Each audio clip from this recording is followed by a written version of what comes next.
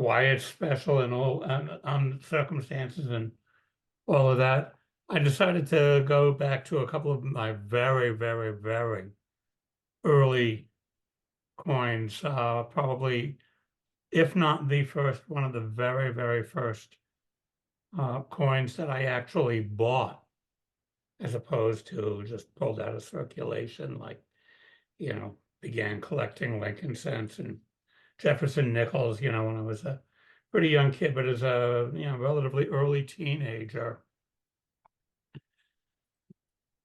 I started, just kind of wandering around, and when there were, you know, um, there was a coin store in a neighborhood that I used to go to a fair amount, and there was a coin in there that really caught my attention. It was very, not in good grade at all, very low grade, but nonetheless caught my attention. This is the way I originally bought it, and this was like when I was somewhere between 13 and 15 years old. So we're going back to somewhere around 1963 to 65, and it's an 1800 large cent. This is the original um, flip that I bought it in, and in 50 years or 50 whatever years, never removed it until today when I actually have another picture Can of can that. you show it to us? Oh, I'm sorry. I thought I was sharing screen. I guess not. Hold on here a second.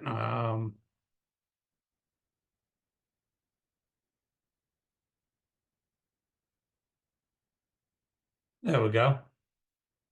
Um, and so it probably rates about a two fair.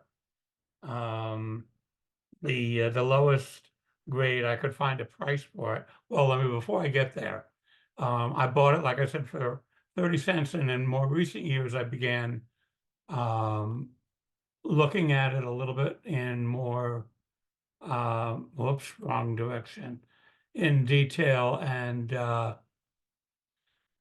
took it out of the case and began looking at it. You can just barely see the date here, but if you go here, this is out of the Red Mega Book. This is the 1800, where is it? Um, yeah, this one here is what it actually looks like. But in the 1800, they had three varieties. They had the 1800 over 1798, the 1800 over 79, and then the normal date. And if you'll notice in the 1800 over 79, there was this little U-shaped loop in the middle of the zero. There's kind of something here in the 18, but it's not nearly as pronounced in the 1800 over 1798, and then there's something there in the zero which doesn't seem to appear. But then when I go back to it, on the photograph, it's even more difficult to see. But with a magnifying glass, you can just barely see that here.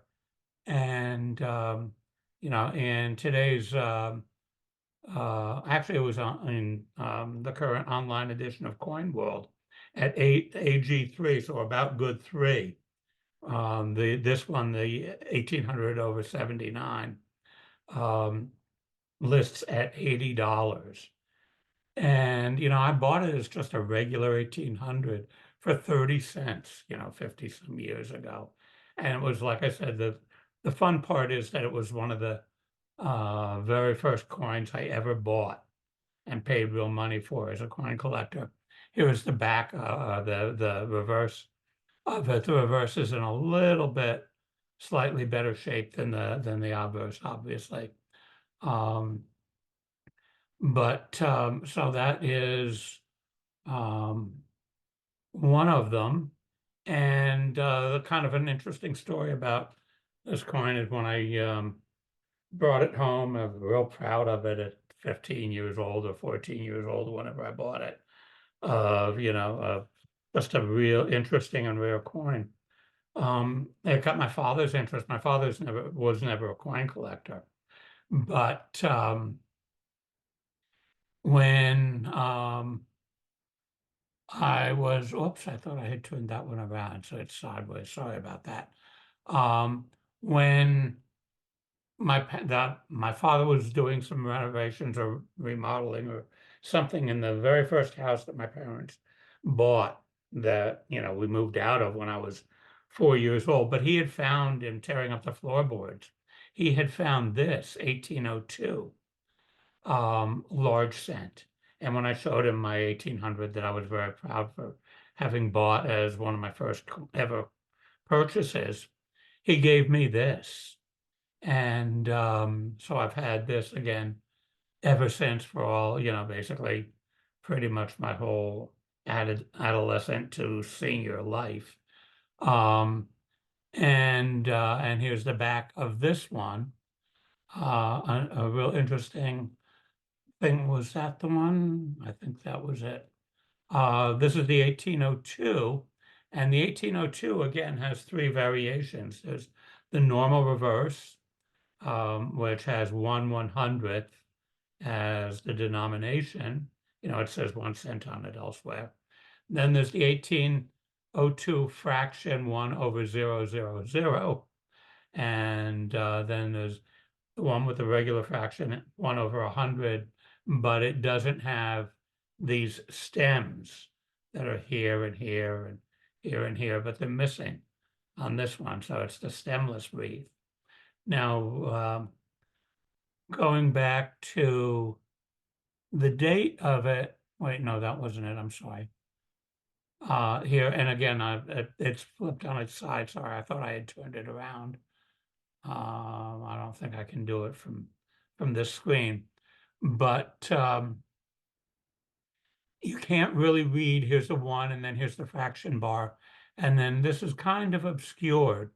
But the key to it is that the fraction bar on the two variants is different. The fraction bar on the 1802 1/000 only extends a little bit less than halfway into the zero, and on the